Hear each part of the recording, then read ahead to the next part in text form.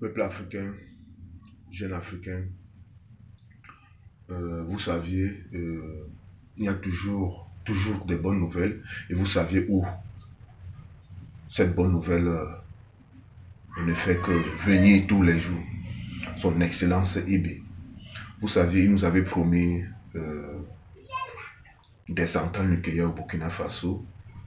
Et sans toutefois, je pense que et pour construire cette centrale nucléaire au Burkina Faso, on devrait former les Burkinabés dans ce domaine-là, dans le domaine nucléaire. Et je pense que cette formation devait commencer en novembre. Oui, si j'ai une bonne mémoire. Euh, vous savez, il ne faudrait pas qu'on conçue la centrale nucléaire et à chaque fois pour entretenir cette centrale nucléaire-là, on fait appel aux gens que vous connaissez là. Donc, IB a pris l'initiative de réfléchir, de mettre sur pied un mécanisme qui pourra faire que non seulement après avoir construit ces centrales nucléaires-là au Burkina Faso, l'entretien soit fait par les Burkinabés, par des experts, par des ingénieurs burkinabés qu'on doit les former dans ce domaine-là. C'est de ça qu'il s'agit. On appelle ça transfert de technologie. On appelle ça transfert de technologie. On ne doit pas être toujours derrière comme les fesses, non. Il faut qu'on apprenne cette technologie-là. Il faut qu'on apprenne cette technologie-là. Il faut qu'on apprenne aussi à fabriquer les armes. Il faut qu'on apprenne à fabriquer les bombes. Il faut qu'on apprenne à fabriquer les missiles. C'est de ça qu'il s'agit. Oui, c'est ce qu'il faut faire, son Excellence Ibi. Dès qu'on va finir avec la centrale là, centrale nucléaire, directement, on engage avec les industries de fabrication des missiles, des munitions, des chars, des chasseurs. Je sais, son Excellence Poutine doit nous donner la technologie là. Oui, on doit faire un transfert de technologie. On doit faire un transfert de technologie. Poutine a confirmé. Poutine nous demande même de faire des enfants. D'accoucher. Il nous demande d'accoucher beaucoup. Oui, parce que l'Afrique là, par an, il a dit que ça par an, c'est combien? C'est 10 millions. Par an, le taux de croissance des naissances en Afrique. La même chose en Inde. En Inde, c'est 10 millions. En Afrique, c'est 10 millions. Donc, imaginez l'avenir de l'Afrique. C'est nous et nos enfants. Donc, sans toutefois changer de... Je voudrais dire, le matériel pour le nucléaire, pour construire les centrales nucléaires sont déjà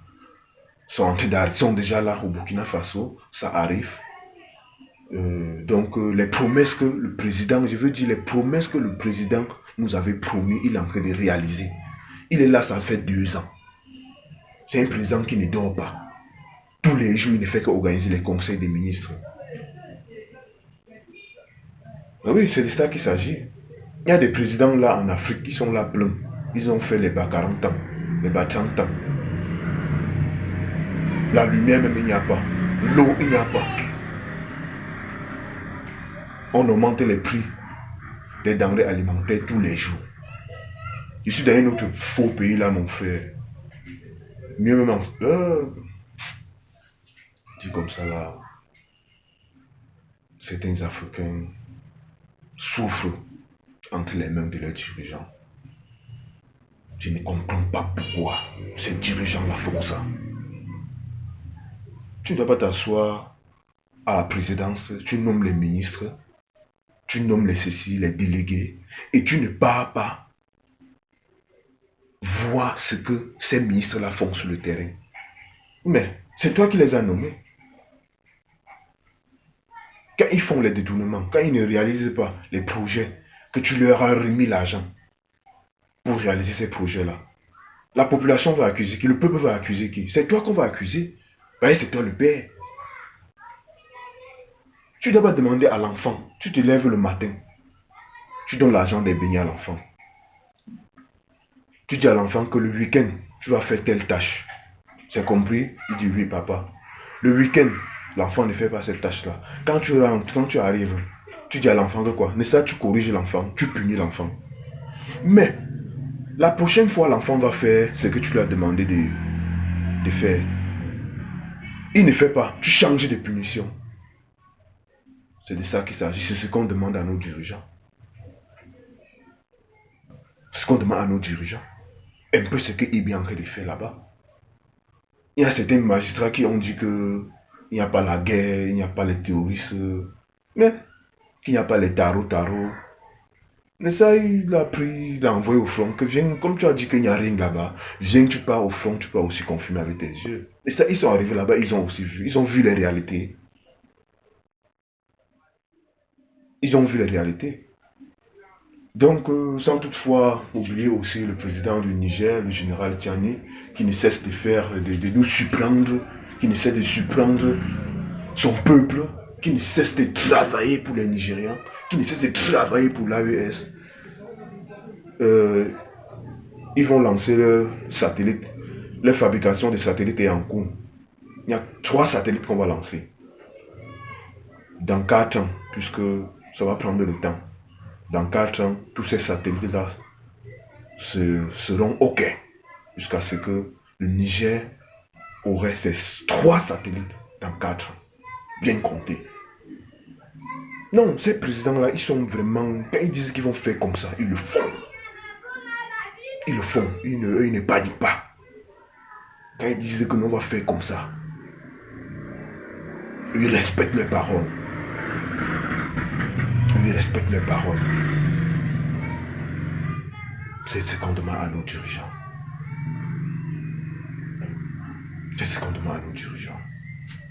Donc, c'est ce que je voudrais partager avec vous aujourd'hui, peuple africain, jeunes africains. Vive l'AES, vive Burkina Faso, vive le Niger, vive le Mali, vive la Centrafrique, vive beaucoup de pays, vive beaucoup de présidents en Afrique qui veulent travailler pour le peuple. C'est tout ce qu'on demande à nos dirigeants en Afrique. C'est de ça qu'il s'agit.